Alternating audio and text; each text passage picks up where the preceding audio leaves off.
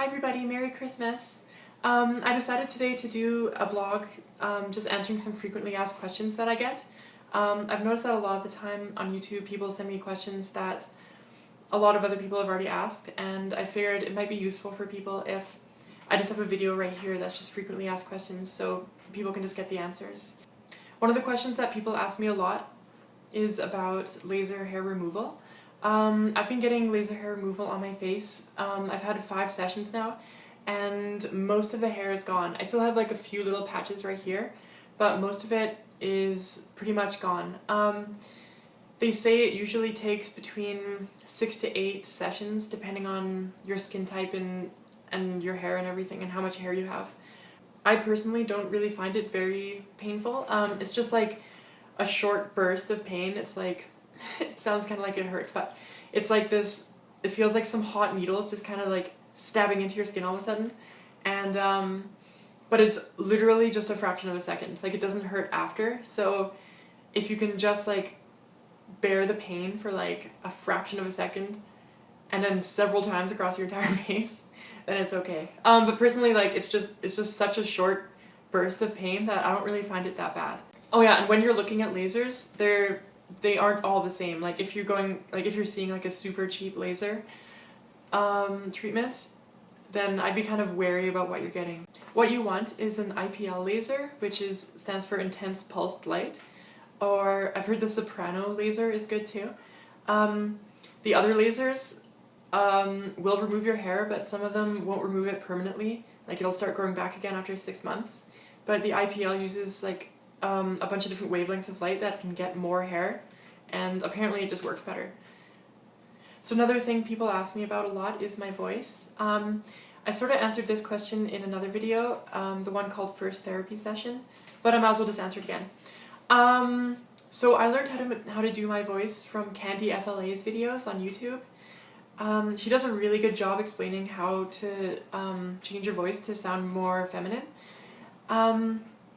So I guess I could try and explain how she does it, but I'm just gonna do kind of like a quick rough outline of how I learned how to do it, and I really recommend watching her videos. I'll put a link to her videos in the description. So sort of the technique is you start your normal voice, so so this is my normal voice right here. Sorry, it sounds a little wavy still because it's kind of hard just to switch between the two. Anyway, so this is my normal voice.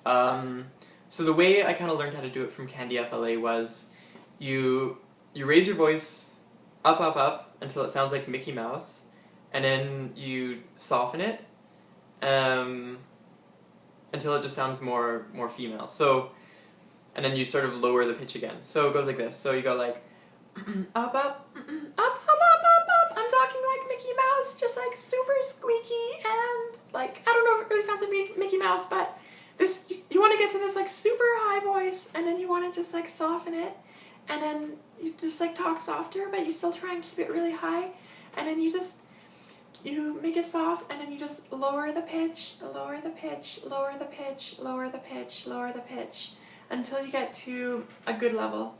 And it'll sort of feel like you're talking from the top of your throat when you do it, and yeah, so, and like once you get used to doing it, you can pretty much just like switch right to it. It just takes a lot of practice. Like, you just need to practice and practice and practice. I practiced a lot by myself for a while. Like, I'd just be doing the dishes or something, and I'd just be like saying random things to myself, which is kind of hard because it's sort of hard to have a conversation with yourself, so you kind of just stop talking after a few minutes, but you just gotta make yourself practice. And then every once in a while I'd record my voice just to see how I've progressed. And then once I started to go outside, like when I started to go out dressed, I would just always try and practice talking my girl voice. So I got used to talking like conversationally to other people. So all it really takes is practice, and there's a lot of really good videos on YouTube about how to do it, so I really recommend checking those out, especially candiFLA. So another question, a lot of people ask if I'm into girls or I'm into boys. Well, I'm only into girls, actually. I'm just a lesbian. I don't know, I'm like, I like boys and stuff, but I don't like them that way, and I just don't. I mean, like, I know if a guy's attractive or not, but I'm just not attracted to them.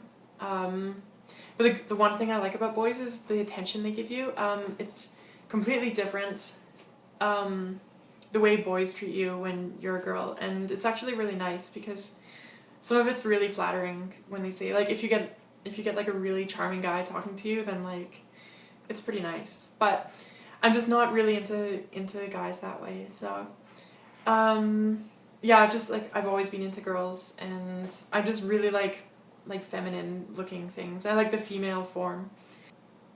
So a lot of people have asked me just general questions about my history and how I got started like cross-dressing and eventually decided to transition. So I'll just give a quick history of myself. So I started trying on girls' clothes probably when I was about 12 or 13, and I really like this one swimsuit, this like one-piece bathing suit, because I like the way it made me look like I have a girl's body, and I like the tightness of it, and I just really liked wearing it. And I was really kinky when I was a kid too. When I was a teenager, I used to tie myself up while wearing the swimsuit, and like when no one was in the house, and then I'd have to like get out before anyone got home, and that was a lot of fun, but a little dangerous sometimes because I didn't really know what I was doing. And one time I tied a string around my neck really tight, and then I couldn't get it undone, and every time I moved it got tighter and tighter, and eventually like I was grabbing like this, and then I ripped it open, luckily, because like I was getting to the point where I couldn't breathe properly, and it was like so deep that it was like so hard that it had this like deep cut on the back of my neck from it, and yeah. So that was kind of dangerous. So I learned after then, never tie anything around your neck. Anyway, so I sort of continued doing tying myself up until I was like 17 or 18, and then I went to university.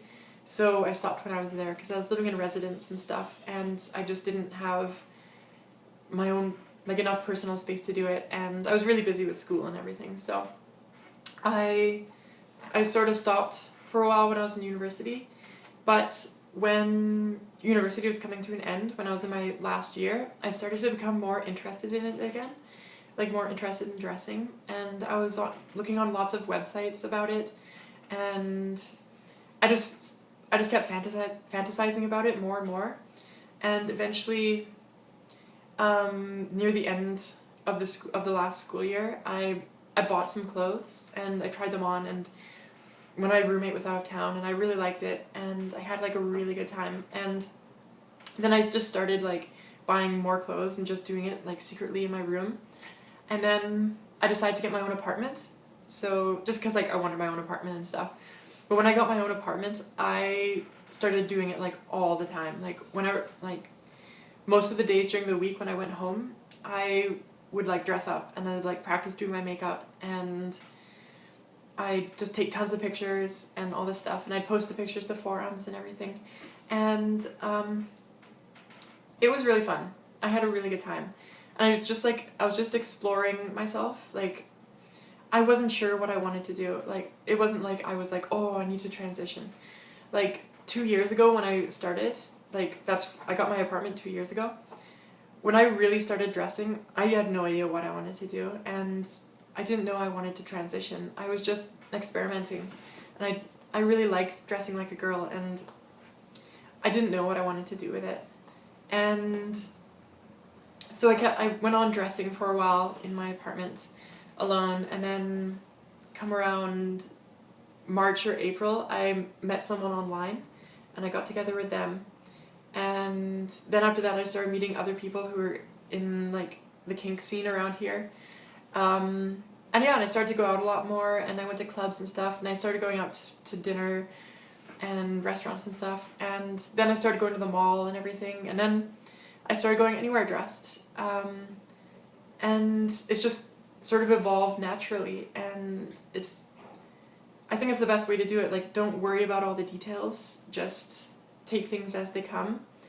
And yeah, now I've sort of ended up here where I'm going to transition. Yeah, so that's most of the questions I usually get.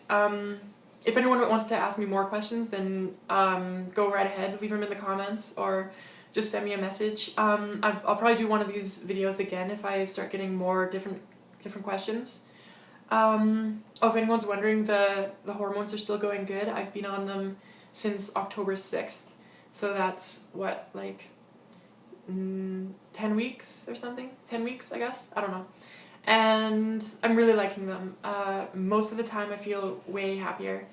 And then I've had just a couple bad days, but it's just because, I don't know, something just sets me off, and then I just don't feel good for a couple days. But most of the time I'm really happy, and like I really feel like I'm happier, and I can really feel the difference. That's all I have this time. Thanks for watching my video, and Merry Christmas everybody, or Happy Hanukkah, or anything else that you celebrate. Have a good time. Okay.